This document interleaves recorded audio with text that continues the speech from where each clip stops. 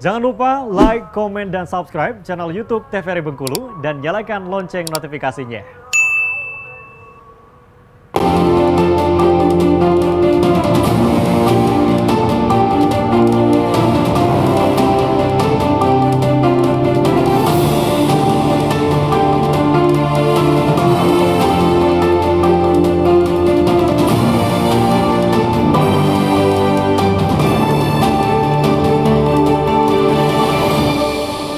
Assalamualaikum warahmatullahi wabarakatuh. Pemirsa TVRI Bengkulu. Homo homini socius, ujar salah satu filsuf Romawi Lucius Annus Seneca pada tahun 4 sebelum Masehi. Hal ini berkaitan dengan Brendo TVRI Bengkulu edisi hari ini yang mengangkat tema tentang keberadaan pekerja sosial di tengah masyarakat. Bersama saya Poso Siregar yang akan memandu jalannya Brendo TVRI Bengkulu edisi hari ini, tentu bersama dua narasumber yang sudah hadir di studio TVRI Bengkulu. Kita perkenalkan terlebih dahulu, yang pertama ada Ibu Desi Afrita, selaku akademisi dari Kesejahteraan Sosial Universitas Bengkulu. Selamat datang Ibu. Selamat sore Bang Poso, selamat sore pemirsa TVRI Bengkulu semuanya. Tadi dari kampus atau langsung dari mana Bu? Dari kampus. Dari kampus langsung ke sini ya Bu? Dari kampus langsung ke sini. Luar biasa, semangat sekali Bu. Selamat datang Ibu. Yang kedua ada Bang Dedi Herawan. Selamat datang Abang, selaku Ketua DPD IPSPI Provinsi Bengkulu. Iya, selamat datang. Terima kasih. Bagaimana hari-harinya Bang? Semangat? Alhamdulillah. Alhamdulillah. Semangat ya Bang. Siap untuk memberikan edukasi tentang pekerja sosial ya Bang, Iya, untuk masyarakat di rumah. Siap Bang. Oke. Berkaitan dengan tema kita, pemirsa di rumah, yaitu keberadaan pekerja sosial di tengah masyarakat, saya ingin tahu terlebih dahulu nih, dan ingin bertanya kepada Ibu Desi. Sebenarnya pekerja sosial ini klasifikasinya seperti apa Ibu? Mungkin masyarakat juga kan banyak yang bingung. Iya, benar Bang Poso. Jadi sebenarnya pertanyaannya Bang Poso ini pertanyaan yang ditanyakan oleh semua orang gitu ya. Pekerja sosial itu apa sih gitu ya? Apakah kalau misalnya saya punya uang banyak, terus saya kasih ke orang, saya langsung jadi pekerja sosial gitu ya? Lagi viral sekarang. Iya, lagi viral. Semua orang kayak gitu kan. Terus nanti foto-foto gitu kan. Nah, sebenarnya kalau pekerja sosial itu dia sama seperti profesi yang lain, sama seperti dokter, guru gitu ya, kemudian advokat dan sebagainya. Untuk menjadi seorang pekerja sosial, orang perlu latar belakang pendidikan khusus. Dalam hal ini minimal S1 atau setara dengan diploma 4 kesejahteraan sosial dan pekerjaan sosial. Kemudian itu baru syarat pertama, dia mau jadi pekerja sosial panjang gitu ya. Kemudian dia nanti harus ikut uji kompetensi, harus ikut pendidikan profesi dan sebagainya. Tapi intinya pekerja sosial itu profesi yang sama seperti profesi yang lain, dan ini diatur langsung kalau untuk Indonesia itu pada Undang-Undang Nomor 14 Tahun 2019 yang khusus mengatur tentang profesi pekerja sosial seperti itu ya. Dan nggak banyak di Indonesia ya yang ada undang-undang ya, misalnya baru ada advokat, dokter ya, guru dan dosen, kemudian yang terbaru psikolog ya. Jadi belum banyak undang-undangnya seperti itu. Termasuk salah satunya adalah pekerja sosial. Betul sekali. Diundangkan ya Bu? Betul sekali. Oke, artinya secara definitif dia sudah dikhususkan pada satu profesi tertentu nih Bu, walaupun secara narasi dan nama ini sangat umum sekali ya pekerja sosial. Orang banyak salah yang menafsirkan juga bahwa pekerja sosial ini bekerja di tengah-tengah masyarakat sudah dikatakan sebagai pekerja sosial. Oke. Kalau di IPSPI sendiri Bang, secara umum IPSPI ini apa sebenarnya Bang? Jadi IPSPI ini dia organisasi profesi, organisasi yang lahir dari sebuah bentuk dari undang-undang. Nah, jadi di IPSPI itu adalah lembaga yang menaungi seluruh pekerja sosial yang khususnya itu yang ada di Provinsi Bengkulu. Nah, sejauh ini dalam profesi pekerjaan sosial itu ada beberapa setting praktek lah istilahnya itu.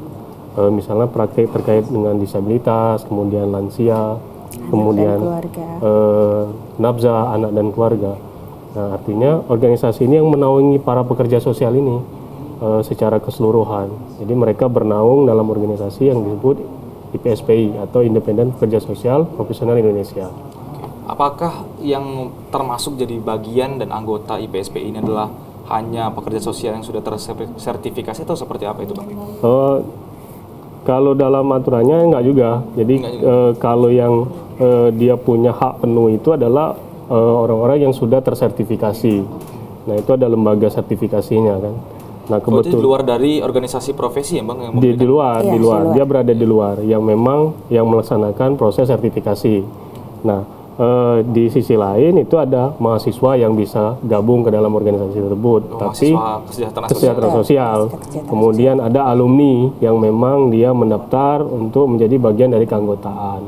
Tapi kalau misalnya persoalan untuk profesi, dia fokus pada yang sudah sertifikasi. Tersertifikasi. Ya. Untuk mendapatkan sertifikasi ini sendiri seperti apa langkah-langkahnya, Bang? Peran dari IPSPI untuk mendorong para pekerja sosial untuk mendapatkan sertifikasi seperti apa? Ya. Yang dilakukan oleh kawan-kawan di kepengurusan IPSPI itu adalah mencoba mengorganisir seluruh komponen pekerja sosial berbagai setting itu untuk dilakukan pengajuan terkait dengan uji kompetensi sertifikasi yang dilakukan oleh Pusat Pengembangan Profesi milik dari Kementerian Sosial, bagian dari Kementerian Sosial. Artinya tugas pekerja organisasi ini untuk memfasilitasi mereka agar mereka mendapatkan sertifikasi, kepastian lah terhadap profesi mereka. Itu. Untuk mendapatkan legalitas dan juga kepastian terhadap profesi yang sedang dijalani juga. Kalau dari sisi akademis nih Bu, sebenarnya pentingnya sertifikasi untuk pekerja sosial ini seperti apa sebenarnya Bu Desi? Sertifikasi itu kan kayak apa ya, SIM ya kalau orang jadi SIM berkendara gitu. Nah, jadi kalau di mahasiswa tamat dari S1 Kesejahteraan Sosial, dia sudah bisa menggunakan metode, teknik dan sebagainya. Tapi ketika dia mau berpraktek, maka mau tidak mau dia harus punya izin. Salah satu untuk mendapatkan izin praktek itu dia harus tersertifikasi. Nah, sertifikasi ini kan semacam jaminan. Kalau dia melakukan praktek yang salah, mungkin kita bisa melakukan malpraktek dan sebagainya, maka ada kode etik dan sebagainya yang itu bisa kemudian mengatasi persoalan-persoalan itu. Nah, sertifikasi itu juga memberikan semacam jaminan kami terhadap praktek pekerjaan sosial yang itu sifatnya profesional dan akuntabel yang seperti itu. Jadi itu sertifikasi. Nah, selain dari sertifikasi, karena ini kita bicara dalam koridor sistem usaha kesejahteraan sosial secara nasional, maka dengan adanya Undang-Undang Nomor 14 Tahun 2019 tadi yang terkait dengan profesi, ada lagi satu level gitu ya, selain dari sertifikasi itu ada yang namanya sekolah profesi. Jadi kalau dulu kan jenjang pendidikan kita itu ada S1 atau diploma 4 kesejahteraan sosial dan pekerjaan sosial, kemudian ada magister yang setara dengan spesialis gitu ya, spesialis 1, kemudian ada doktor dan yang setara dengan spesialis 3. Nah, dengan adanya undang-undang ini maka kita pada level KKN itu ada satu tahapan lagi di antara S1 dan S2, itulah yang disebut dengan sekolah profesi. Nah, untuk Indonesia ini masih jadi PR, karena apa? Kita jadi kayak itu Peksos itu punya janji gitu ya sama DPR kan, ketika misalnya ini diundang-undangkan, kalau ini mau disebut sebagai profesi, mana sekolah profesinya gitu kan? Kayak guru kan profesi tuh, habis tamat S1 mereka harus ikut pendidikan profesi dulu gitu, termasuk advokat dan sebagainya. Nah, kami juga mengatur seperti itu. Nah, karena memang undang-undang ini memang baru, kemudian advokasinya di Indonesia juga terbilang panjang ya, karena tadi kita harus pertama tadi kata Mas Poso tadi, ini kok kayak pekerja sosial gitu nih, kayak sebenarnya kerjaan bukan sih gitu. Nah, jadi kita harus mengembalikan ke hitohnya dulu bahwa ini profesi gitu, nggak semua orang bisa gitu. Ibarat dokter kalau nggak jadi dokter nggak bisa nyuntik gitu. Nah, sama kami juga sedang mengembalikan itu ke jalan yang benar gitu ya.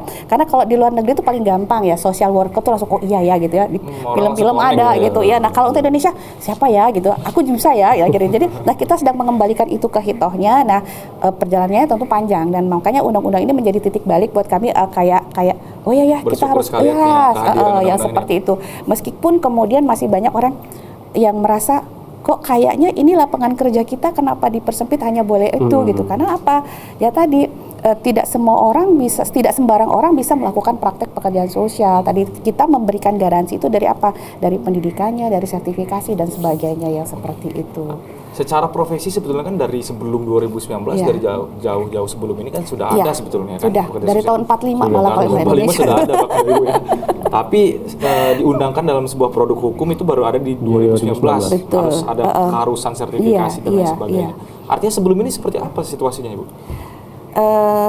Kalau dikatakan sebelum ini sebelum 2019 sebelum 2019 itu sebenarnya seorang sudah bergerak ya, pekerja sosial sudah bergerak karena kita punya, jadi untuk Indonesia kita punya yang namanya Konsorsium Pekerja Sosial Indonesia. Jadi konsorsium ini terdiri dari pilar-pilar praktek pekerjaan sosial. Jadi ada asosiasi profesi itu IPSPI gitu ya. Kemudian ada asosiasi penyelenggara pendidikan pekerjaan sosial se-Indonesia, itu dulu namanya IPPSI, sekarang namanya Aspeksi. Nah, itu anggotanya sekarang itu ada 32 perguruan tinggi yang menyelenggarakan pendidikan kesejahteraan sosial. Nah, kemudian ada lagi LKS ya, lembaga-lembaga kesejahteraan sosial. Kemudian ada Badan Akreditasi Lembaga Kesejahteraan Sosial, ada lembaga sertifikasi. Jadi di dalam KSP itu konsorsium itu ada 15 lembaga yang merupakan pilar yang itu secara aktif mendorong supaya profesi ini juga sampai pada pengakuan yang sama seperti profesi yang lain. Nah, jadi advokasinya panjang. Baik Ibu, semakin seru Bang dan Ibu, kita akan bahas lebih lanjut nanti di segmen selanjutnya. Pemirsa TVRI Bengkulu jangan kemana-mana, tetap di Brendo.